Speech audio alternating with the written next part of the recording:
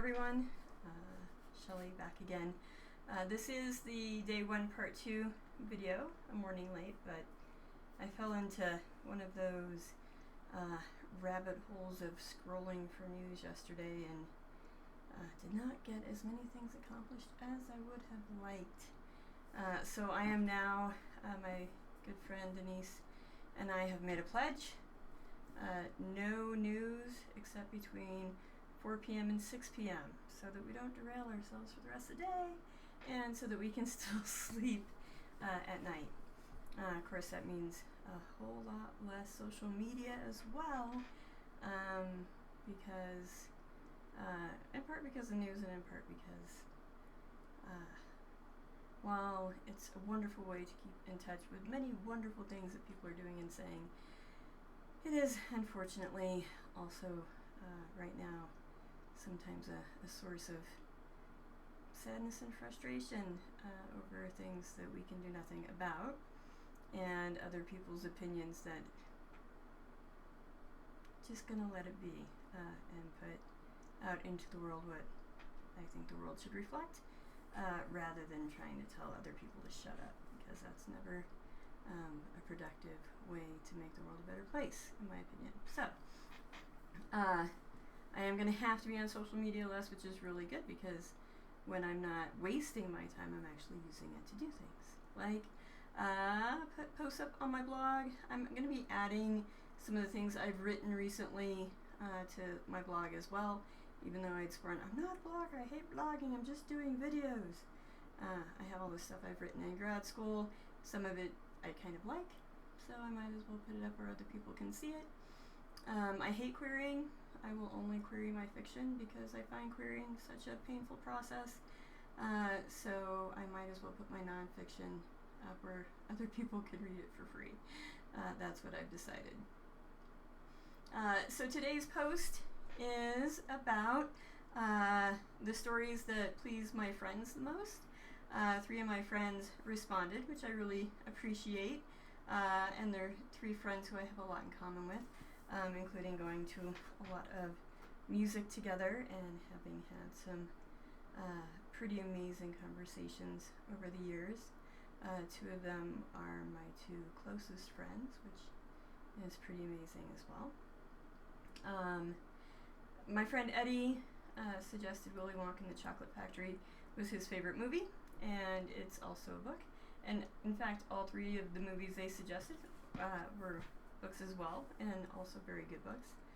And he also suggested Rainbow's first album, and everybody's heard Man on the Silver Mountain because they play it on the radio all the time, but I'm a big fan of being an album listener, and we'll talk a lot about Frank Turner's Be More Kind album in the next post, which is about things that start off terrible but end well.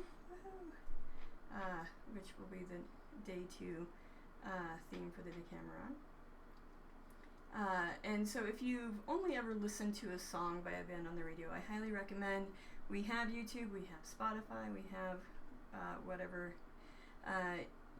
Go and listen to the whole album, and if you love it, buy it. But even listening to the whole album, at least the artist is getting a few pennies, and you're getting a whole idea of what the artist was about at that moment in time when they were recording it, even if they weren't creating it as a concept album. And then we have Van Gogh, and I think I forgot to put Starry Night on here. A couple of different Van Goghs, and it's amazing how many people love Van Gogh's work. And almost everyone responds to Starry Night, from my very dear friends all the way to groups of students. I've never put up Starry Night and had a student be like, oh, that's just dumb. Once you really start analyzing it, they get really excited. The sense of movement, the sense of desolation in it, and kind of the way those 2 things combine always gives kids something to interpret, and sometimes that interpretation is very positive, and sometimes it is not, and but it's always, kids are always able to point to specific things in the painting that lead them to their interpretation, which is amazing. And then we have The Cloud Atlas, which is a book I actually had to read last semester in one of my classes for grad school. And I agree with Denise. This was her pick, and she said she's really loving that movie right now. And thematically, I can see why. And those themes come out even more clearly in the book. If you're a big reader, the book is really frustrating because you read the first story and it ends halfway through, and you don't get the second half of that story until the very end of the book, because you get half a story, half a story, half a story, half a story, half a story, and then you get to the middle, and then you get the second half of the middle story, and then it goes in descending order. And there's a good reason for it by the end, but that first time you get to, and maybe even the first couple of times you get to the end of the story, and you have to wait for the second half, you get that kind of,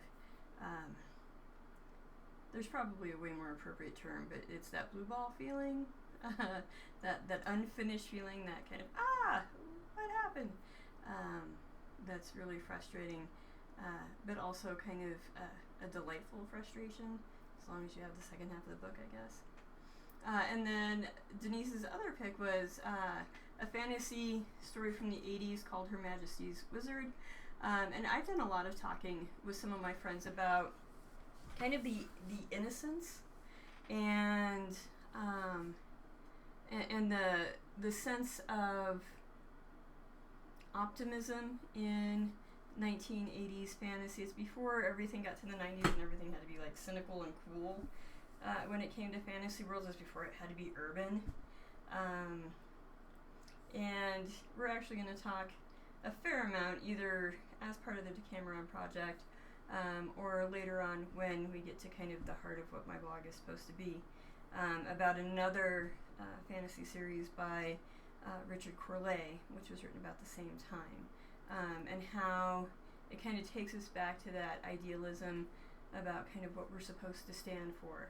And that kind of really resonates with me right now, because I've had to have a lot of kind of talks with myself lately about, okay, come on, put on your big girl pants, because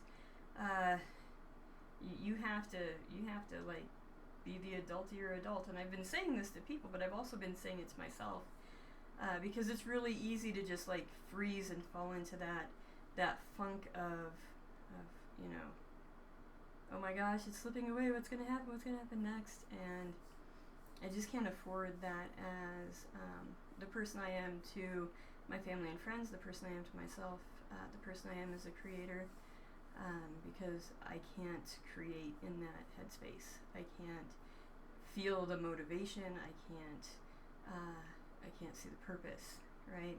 And then I just get more miserable, and then I'm not giving anything to the world. And I'm somebody who gains a lot by feeling like I'm giving something to others. And so when I can break out of that mindset, which is so debilitating, and do something that makes me feel like I'm making something, and I'm giving something, whether it's, you know, creating lessons for my students, which I'll start online teaching next week, or whether it's making videos for all of you so we can talk about books and movies, and music, which are the things that always get human beings through. Those are the things that remind me, like, hey, this is not the worst thing that's ever happened to people, and our hope for getting through it with the best of us intact is for us to be the best of ourselves even when we're scared. And so, lots of self-talk about keep it together, and I think that those optimistic texts that aren't cynical and aren't like kind of postmodern, that still have a sense of purpose and idealism and drive behind them, you know, they inspire me and make it easier. So I'm very happy that Denise picked Her Majestys Wizard. She also mentioned the Canterbury Tales, which, you know, we're lit nerds, so that's our stuff. And Landlines, which is a Denver band. If you're not familiar with them, you should definitely check them out. When we first started seeing Landlines, it was 2 cellos, and a drummer, and it was magnificent. Now it's one cello, one drummer, and a piano player last time we saw them, and it's still very good. But this is from their White album, which is kind of the album where we were, like, every landline show we were going. And so there's a video on the blog with that song. And then my friend Michelle, she picked A Walk to Remember, which is, again, both a book and movie. And then Queen as the artist that just does it. She picked Queen's greatest hits, and the great thing for all of us from that is that Queen has posted an hour-long video with all of the Queen videos from their greatest hits album on it. There's actually 2 videos, but they're each like an hour long. And so all of those videos with Freddie Mercury in it, all in one. So you could spend an hour watching Freddie Mercury sing Queen songs. That can make anybody's day better.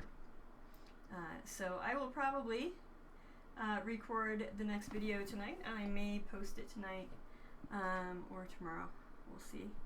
And it will be the Decameron Day 2, Part 1, where I'm pretty sure, I need to double check, I'm pretty sure the theme is when things start off badly but end well. Yay! I hope all of you are having the best day you can, and that something wonderful happens to you today, and you get to do something that you don't normally get to do. See you soon.